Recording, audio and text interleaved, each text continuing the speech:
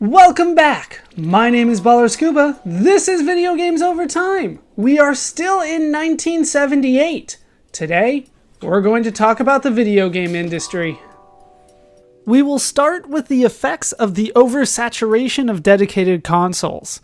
As we mentioned in our 1977 video, the market was flooded with hundreds of consoles, most of which would play a limited amount of games, typically Pong and Pong variants.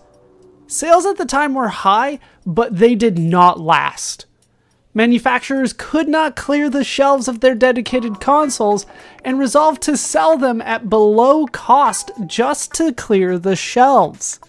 In 1978, dedicated consoles all but vanished from the American market. After over 90 consoles were released for the American market in 1977, less than 25 consoles were released in 1978. None of them sold well. This led to many cancelled consoles, including some from Atari and Magnavox. Coleco and Fairchild pulled out of the market altogether, with Fairchild selling their rights to the Fairchild Channel F in 1979. This became known as the video game crash of 1977. At the time, it seemed like a devastating blow to the video game industry. But as we talked about in our last video, Space Invaders exploded on the market in 1978, and the industry reached heights it had never reached before. The video game crash of 1977 did not last long, with the American arcade industry being worth $1 billion at the end of 1978, almost $4 billion in 2020. The American home video game market was worth $200 million at the end of 1978, roughly $790 million in 2020. Part of that is due to the different markets of the world. While the American market was clearing the shelves of the first generation home consoles, the dedicated consoles were still thriving in Europe and in Asia. In total, over 160 first generation consoles were released in 1978. Most of them would be released in Europe, but Nintendo did release a third console in the Color TV game series. This was the Color TV game Racing 112. A dedicated console that played a racing game. American consoles were still being produced, despite the crash. Bally released their own console in 1978. Technically made available in December 1977, Bally released the Bally Professional Arcade to stores in April 1978. This console went through many name changes. It has also been known as the Bally ABA 1000, the Bally Arcade, the Bally Home Library Computer, the Bally Computer System, and finally, the Bally Astrocade. This console was powered by the Zilog Z80 microchip, the same microchip as the TRS-80 computer. It also had the ability to play different cartridges. By the end of 1978, the Bally Professional Arcade had 11 video game cartridges, including a version of Gunfight by Taito and Midway that was released with the console. Bally saw what was happening in the video game market in 1978 though, and did not advertise or support the console as well as Atari supported their VCS. Despite having an early second generation console, by 1979, Bally decided to pull out of the video game market, selling their consumer products division and the rights to the Bally Professional Arcade. However, support for the console would continue. In December 1978, Philips released the Philips Video Pack G7000 in Europe. Only 3 months later, Magnavox, now a subsidiary of North American Philips, released this console in North America as the Magnavox Odyssey 2. The Odyssey 2 was a powerful machine for the time, outperforming the Atari VCS in almost every respect, including an Intel 8048 microcontroller that was 3 times as powerful as the Atari VCS's microprocessor. The Odyssey 2 featured a full alphanumeric keyboard, joystick controllers, and 11 games available in Europe in 1978.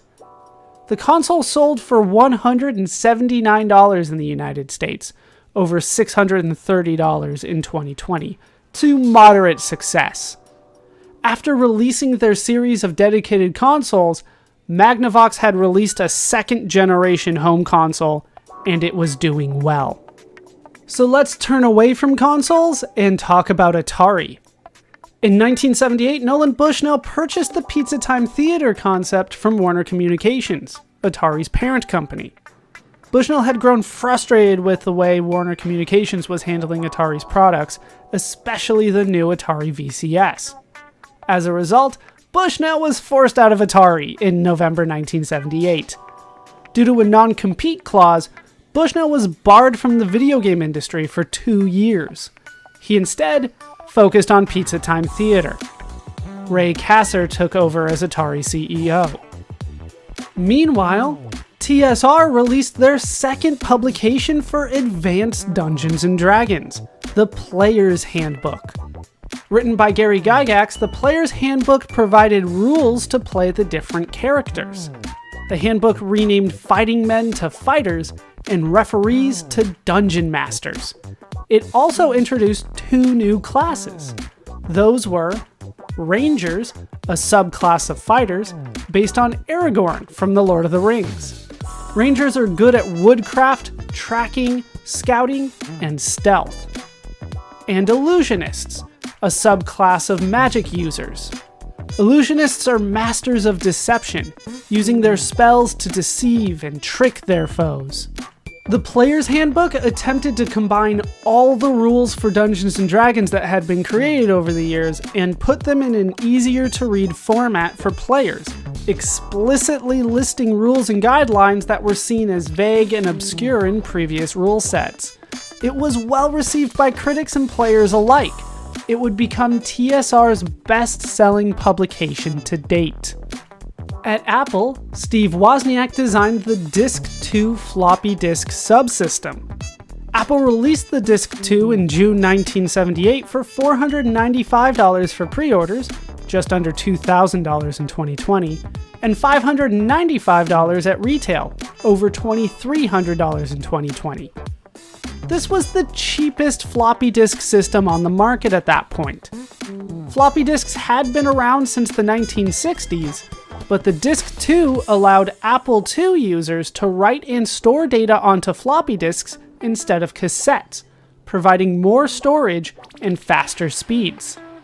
The Disk-2 was very successful, helping establish the Apple II as a serious computer, not only for home use, but also for business.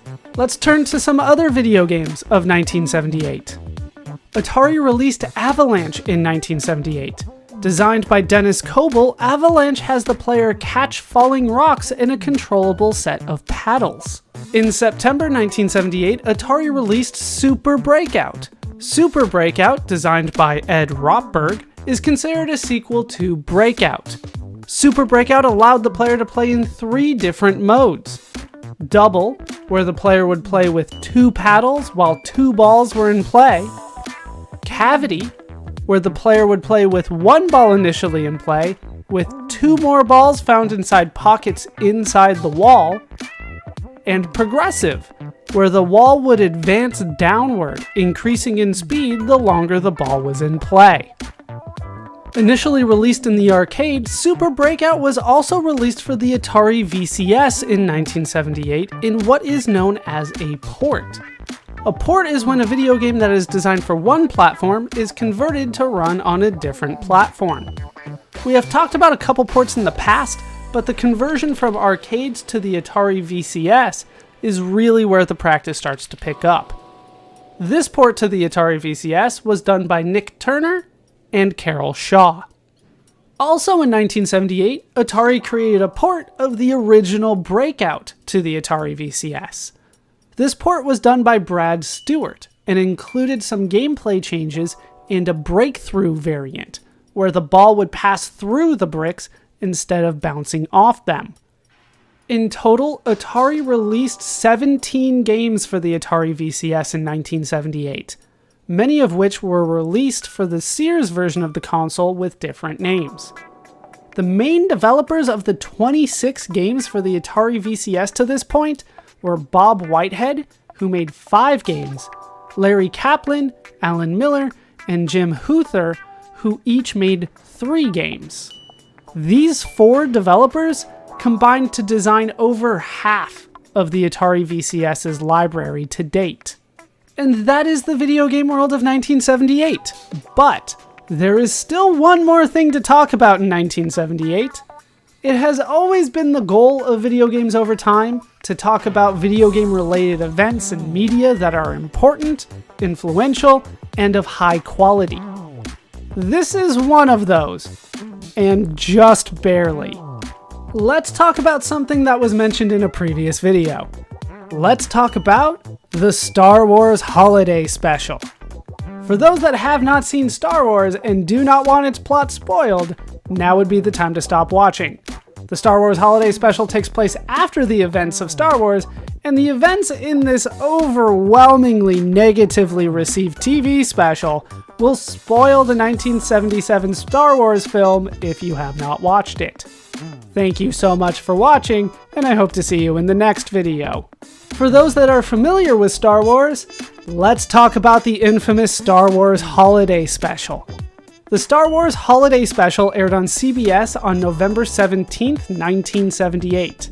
It was written by a team of variety show writers, including Bruce Vilanch, and was clearly designed to capitalize on the success of Star Wars with a Christmas variety show. The special featured the main actors from Star Wars, but also brought in traditional television talents in Harvey Korman, Diahann Carroll, Bea Arthur, and Art Carney. The special even features a performance by Jefferson Starship. The story starts with Chewbacca and Han Solo, who head to Chewbacca's home planet of Kashyyyk to visit Chewbacca's family in hopes of celebrating Life Day, but have trouble getting back to Chewbacca's home. We then follow Chewbacca's family and their preparations for Life Day. After some comic mishaps, the important part of the special is aired on the view screen of Chewbacca's son, Lumpy. In this cartoon, the Millennium Falcon, with the main characters on board, crashes on the water planet of Panna. There, they run into Boba Fett, who saves Luke from a giant monster. Finding a mysterious talisman, Han Solo and Luke contract a sleeping virus, so Boba Fett and Chewbacca go into Panna City to look for a cure, but Panna City is run by the Empire. R2-D2 finds out that Boba Fett is actually working as a bounty hunter for Darth Vader, who is in Panna City.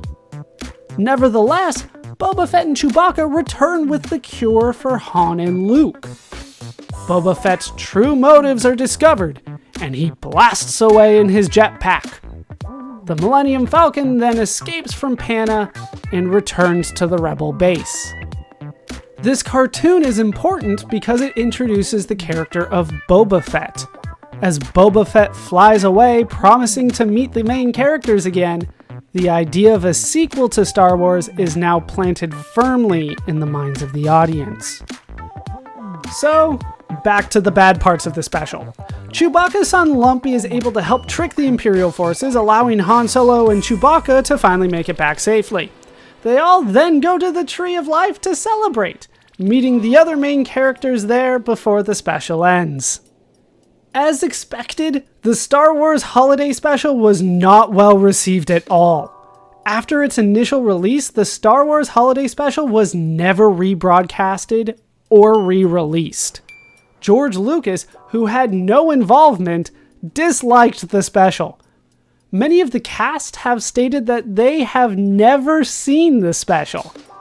Although the special was declared non-canon, that is a more recent development. The special was considered part of the Star Wars canon for decades, despite it being largely forgotten after 1978. And that is the video game world of 1978. And that will do it for 1978. My name is BALLERSCUBA. This has been Video Games Over Time. Thank you so much for watching, and I hope to see you in 1979.